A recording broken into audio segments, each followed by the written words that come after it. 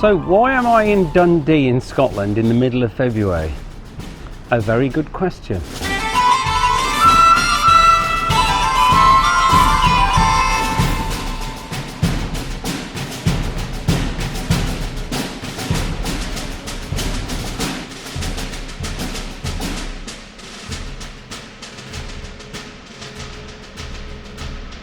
It's all to do with my father-in-law, Andy Porter.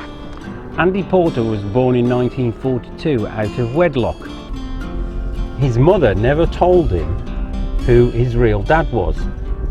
So he grew up having a stepfather who adopted him and gave him the name Porter.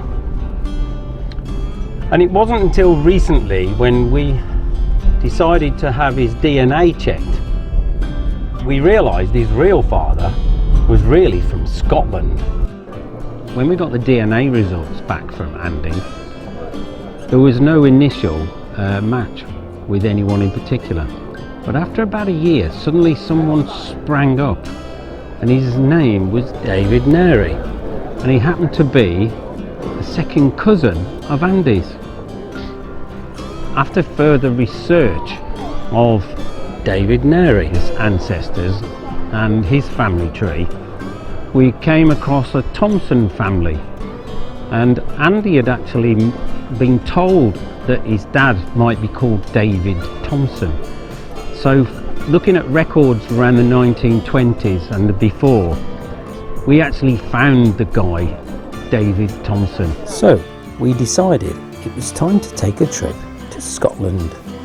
I asked Andy how he felt about going to visit his long-lost relatives. A little bit apprehensive, nervous, but it's understandable. It'll be very nice. All David Nery's ancestors came from around Dundee, so we met up with him in Jesse's Cafe, which is in Broughty Ferry, just outside Dundee. Andy. And this is me. And me, I'm the cameraman. And you. David Nery gave us lots of information about the things he'd found, especially about the Thompson family. In his search, David had found two sisters who he thought might be Andy's cousins. They were his second cousins, but he'd never met either of them. He also knew the history of Dundee and all the best places to visit. We found out later that David Nery was a famous Scottish footballer who had scored a goal against Brazil in the World Cup in 1982. Nery's coming through from right back. He actually took us around and showed us lots of the places around Dundee. So big thank you to him. The two sisters, Maureen and Anne actually lived in Oxford, so we paid her a visit, of course. Oh, nice to meet you. Me and Trudy had a lovely few hours with Anne, looking over old pictures and letters, and we all came to the same conclusion, that David Thompson really was Andy's dad, and actually Trudy's granddad. Mum said he went down south. He did go down south. For a few weeks, for a while. He went down south, and I thought, it's David. And just for proof, Anne agreed to take a DNA test. And then you spit it in, and you keep doing this until we're up to that line. So Anne was living in Oxfordshire, but Maureen, her sister, was living up in Edinburgh and Dundee. So we all decided to get together and have a little chat about David Thompson.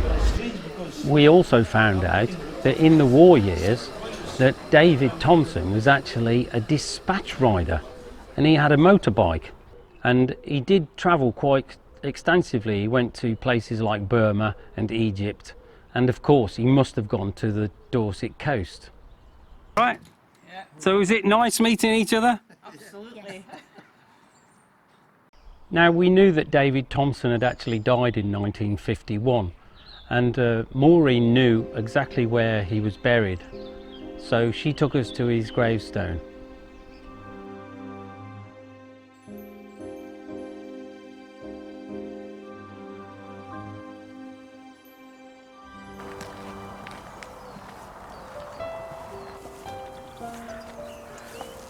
at the bottom. There it is. Well, I never. How do you feel about it, Andy? It's a nice feeling.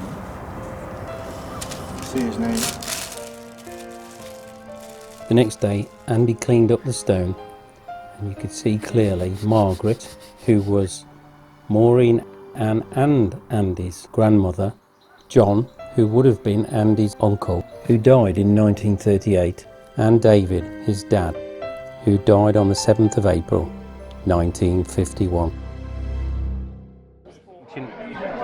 We also found out by looking at the history that Andy's dad was working in a hotel or inn called the Anchor, and that's where we are now.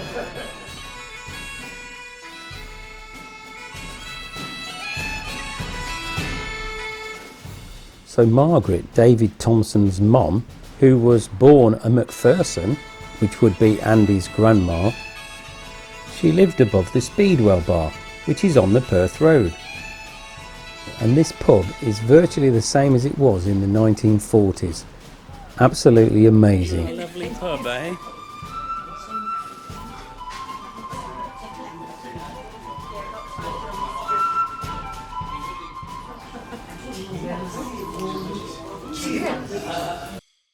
So I didn't realise that Scottish tartan is followed through the female line, and because Andy is a McPherson, we thought we'd get him some McPherson tartan.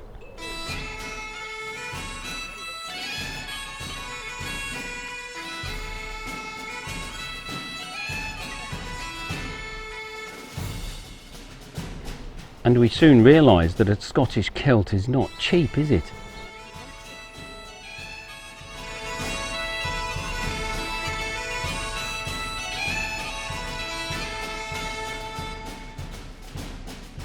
The Thompson name is actually famous in Dundee, but for its publishing. They were the creators of the famous comics, and the characters from these comics are jotted about all over the town. But we don't think these Thompsons are related to David Thompson and his dad. So the David Thompson story doesn't end there. We found out that David Thompson was actually married before he came to Dorset, before the war, and he had a kid called David, who was actually 4 years older than Andy. He was married to a lady called Jessie Sims, and when he got back after the war in 1945, they divorced, and Jessie moved on, and she took her son, David Thompson at the time, with her.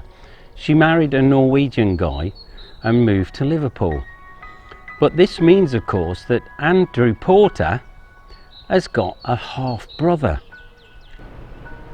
And we're pretty sure he is still alive. And he has no idea that he's got a half-brother called Andy, who lives in Dorset. But that's another story. So I hope you've enjoyed the programme. Please subscribe to my channel. And when I do a film about the continuing story of Andy's DNA, you'll be able to see it. Thanks for watching.